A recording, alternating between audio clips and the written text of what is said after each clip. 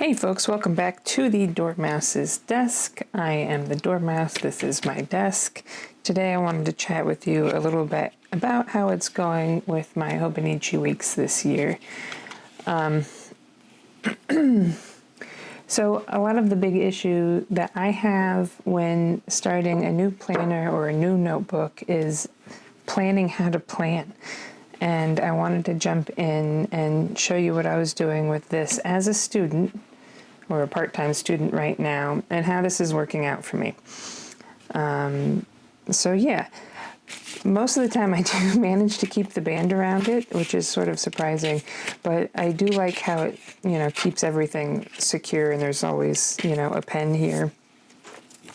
And most of the time I do end up using the Uniball one. This is one of the fat ones. I'm not really sure what the model name is for this, but I really like it. It's small, it's compact, it fits in your pocket if you want it in your pocket.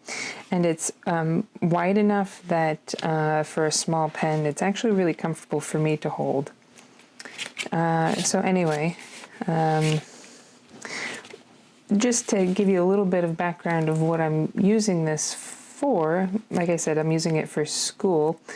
I have another Hobonichi cousin that I'm using for journaling and like planning the rest of my life. So this is specifically solely for school. And so I feel really comfortable being able to share anything that's in here with y'all. The first part of the book, I use it sort of normally. Well, I don't even use these portions of it, but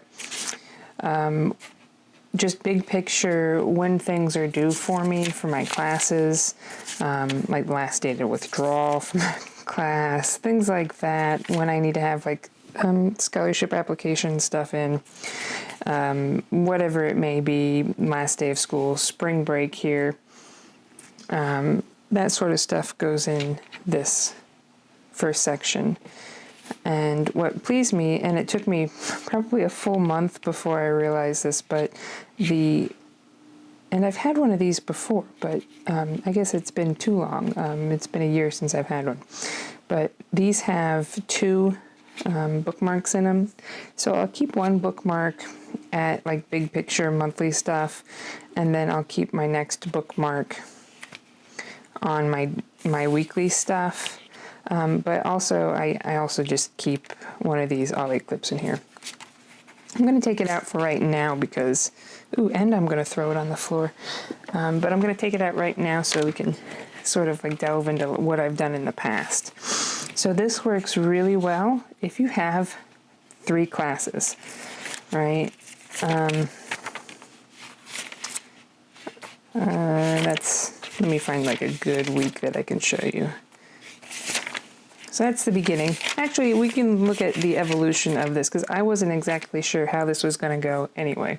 Okay, this is this is the start of the year. Classes started in January, and I still wasn't really sure how I was going to do this, but I'm taking 3 classes at a time, and I found that with full-time job and like other things that I do, that is the absolute maximum amount of coursework that I can handle at any one time. I can only juggle so much, and I found that that's my max. And so, yes, I was just like listing due dates in the week and then all of the things to do on this note side, and that was good. But then I started dividing them up. I'll go to a blank page and it might be easier to see. But the Hobonichi Weeks has these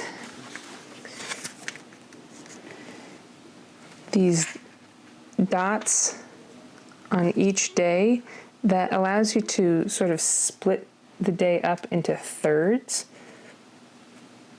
which is probably good if you have something in the morning, something in the evening, or something at night, or maybe if you want to like meal plan, you can run lines down the page and split it up that way if you like meal planning, and then maybe have like a grocery list or something on the other side. that's actually a really good use for these books, now that I'm like saying it out loud. But anyway, so yeah, this is what I've done. I have my pre-calculus class. At the first 8 weeks, I had a Windows class, and then another class called Information Systems, which is about like project management. So anyway, I would list what was due for the class within the column for the day that it's due. And then on this side, I would list all of the tasks that I had to complete to make sure that I did all of the things for the class. And so that's just sort of how it's gone. As I finish something, I would check it off, or maybe I would not check it off. I'm sure I did it, but I just failed to check it off. And then I would just go back to the next week and like do the same thing. If there's an extension, I could put in, that it moved to the next day when the exam is, that I needed to study. And so I've found doing this for the past, what month is this? This is March. For the past almost 3 months, that this has been incredibly helpful. And it's sort of a shame because, the paper is so good that you want to write in it with fountain pens, but oftentimes I just want to write in it with like the closest pen that I have. And that's 99% of the time this. Sometimes it's a fountain pen, but yeah, so like this week was spring break. Well, that was last week. It was spring break. It was great because I was able to catch up on pen pal letters, which I had acquired a pile of them since like late October or something. So it was really great to be able to catch up on that. And not have to worry about impending schoolwork due. I still listed some things in here because I wanted to like get like a little bit of a jump start on the things that I needed to do. I knew in the future. Let me turn my phone off. Be quiet, phone. So I might have done some of that stuff. I might not have. But yeah, I just wanted to come on here just really briefly and give you all like an example of how I use it. Is this like something that's useful for you? Maybe not. You might not be in school, but being able to divide up each day for the portion of thing that you need to have done for that section of the day, like meal planning, and then shopping list on the other side, or what you need to get done to accomplish these weekly goals. I think it's important to show how people do it. It's like a good idea to like look at this stuff and see it. And like I know that I've done this week. I did that. And I did this actually too. So see, I don't always mark them off immediately, but it's great to go back and have one place when you have all of this stuff to do, and say, okay, this week I'm going to need to spend more time doing this class, and okay, I maybe didn't like do this because it wasn't working at the time, or I had questions about it or whatever, and like know that it's something that I still have to go back and do, right? That way I can sort of bounce around with whatever task I need to get done, and know that I still have remaining tasks and other classes that I need to do, and I'm able to like pick those up on a whim, basically. But I prefer listing it out like this if my school uses Blackboard, and if you've ever been in Blackboard, you know that there's about 1 million pages for every class, and the way it's laid out is not always the most intuitive. I need to know what I have to do to get something done. I just need to have it listed out, give me a step-by-step list of all of the things that have to be done. Because the way Blackboard is laid out, it's like really,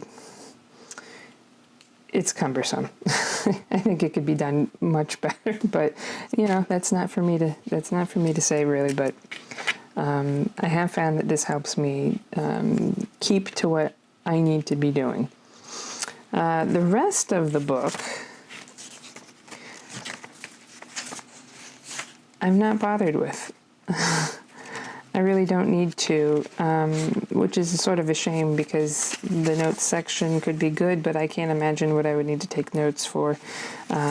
If you're a student, maybe if you like, you know, have something on the fly that you need to write down, or have meetings with your college advisor or something like that you need to take note of, that would probably be a good place for that. For me, I'm thinking this would be a really good place to swatch some inks, right? Kind of like Manda. But yeah, so that's sort of the extent of that. The other thing I wanted to talk about, and I'll pull it up on my phone so y'all can see. Okay, this is behind the scenes of YouTube. This is very exciting. I'll zoom in. This is super exciting. I am at 996 subscribers right now. I am so close to hitting 1,000 subscribers, and that just sort of like blows my mind that this many people enjoy the content that I make. I never intended on starting this channel as a way of like I don't want to do this for like a career or anything. Although, man, that would be kind of fun. But it's never been that. I would probably do something completely different as a YouTube channel if I wanted to actually make money doing YouTube. You know, something that's not as niche. But anyway. The fact that so many people have subscribed to my channel is really sort of mind-blowing. And you can sort of see the analytics I have here for my last video, which has almost 4,000 views on it, and that just sort of like blows my mind. But that also means y'all aren't subscribing to my channel. So if you like the content that I make, and maybe, you know, you want to help me out a little bit, if you're not already subscribed, please subscribe. Until next time, whenever that may be, I'll talk to you later. Wish me luck in school. Bye now.